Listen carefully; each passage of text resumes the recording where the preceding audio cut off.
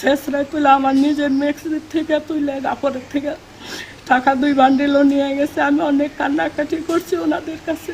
তারা কোনো মহিলা লোক নিয়ে আসে নাই, পুরুষ লোকটা আসছে এবং আমাকে অনেক বকাবকি বাজে বাজে কথা বলছে। ওনারা আসছে, আয়সা দেখি যে এদিকে তল্লাশি করতেছে, তল্লাশি করলে আমরা পাশে শুনে আসছি। আসার পরে আমি জানালার সাইডে দেখতেছিলাম এই পাশ দিয়া, পরে আসার পরে কিছু পায় নাই, ওনারা একদম চলে যাইতেছিল।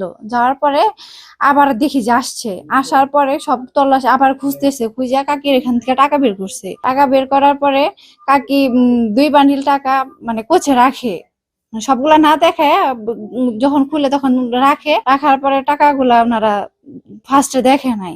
তারপর আমি এই যে জানালার কাছে ছিলাম দাঁড়ানো, আমি অনেকবারই আসছি, কিন্তু ওনারা মানে জানালা থেকে আটকাই দিছে আমার, এইখান থেকে চলে যেতে পারে, এখানে কি, এখান থেকে যান বের হন, এখান থেকে বারবার এখানে কি, তো এরকম কিছু বলছে।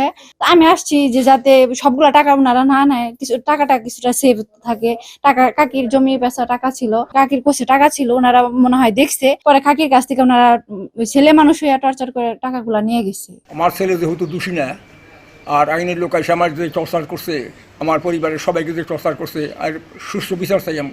টাঙ্গাইল মাদক অধিদপ্তর অফিস থেকে 8-10 জন লোক আসে, আমার বাড়িতে এসে বলে যে আপনি কি সালেহা বেগম? বলছি জি। রনি কি আপনার ছেলে? আমি বলছি হ্যাঁ আমার ছেলে। আপনার ছেলে ফেন্সি দিনের ব্যবসা করে, আপনি জানেন? আমি বলছি না। তো আপনার ঘর তল্লাশি হবে।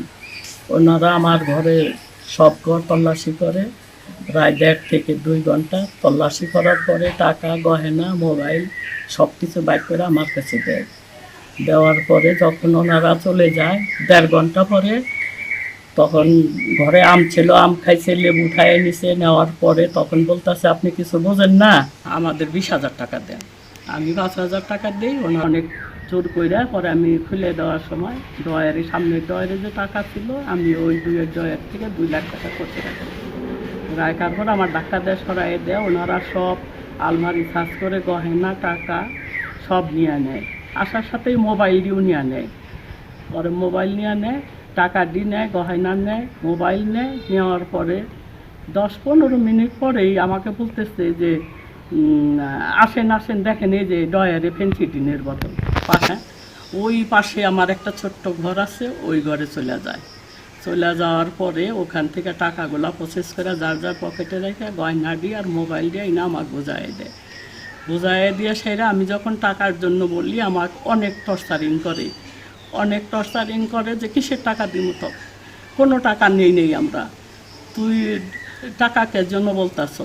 আর জানালা বন্ধ করে দিছে, আশপাশ থেকে লোকজন ভিতরে ঢুকতে চাইছে, কাউকে ঢুকতে দেয় নাই। অনেক গালাগালি করছে, অনেক টর্চারিং করছে আমার।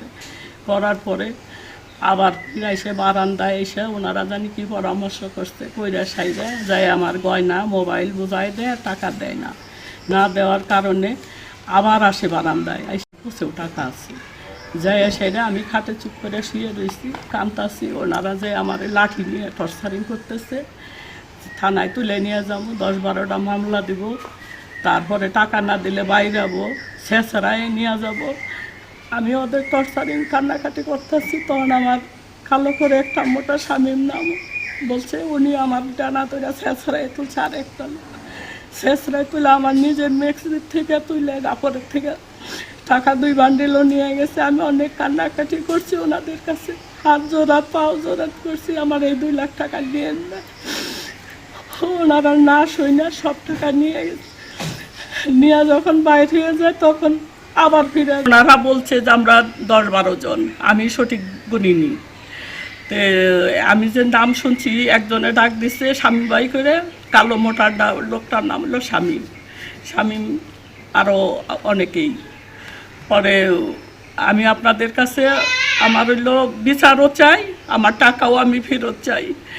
মাদক দ্রব্য অধিদপ্তর থেকে ওনারা আসছে, যদি ওনারা আমার ঘরে পাইতো তাহলে আমার ছেলের বিচার করতো। যেহেতু ওনারা পায় নাই, ওনারা পরের বার যায় ঘরে গাড়ির থেকে নিয়ে আসে আমার ছেলের নামে অভিযোগ করে গেছে টাকা লুট দেওয়ার জন্য।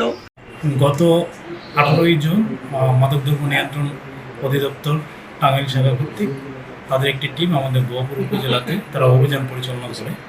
তো অভিযান পরিচালনা করে তারা 10 বোতল ফেন্সিডিল উদ্ধার করে। ফেন্সিডিল উদ্ধারের পরে এটা আমাকে তারা অবগত করে যে এরকম একটা বাড়ি থেকে তারা ফেন্সিডিল উদ্ধার করে।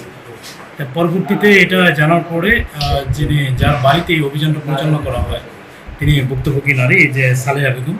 এরপরে তিনি একটি অভিযোগ দায়ের করেন যে তারা মাদকদ্রব্য এই অভিযানের নামে তারা তাদের কাছ থেকে টাকা পয়সা অনেক কিছু এবং তাদের অনেক আরও মূল্যবান যে সামগ্রী ছিল সেই জিনিসটা তারা পাচ্ছে না। এই ধরনের তারা একটা অভিযোগ দিয়েছে।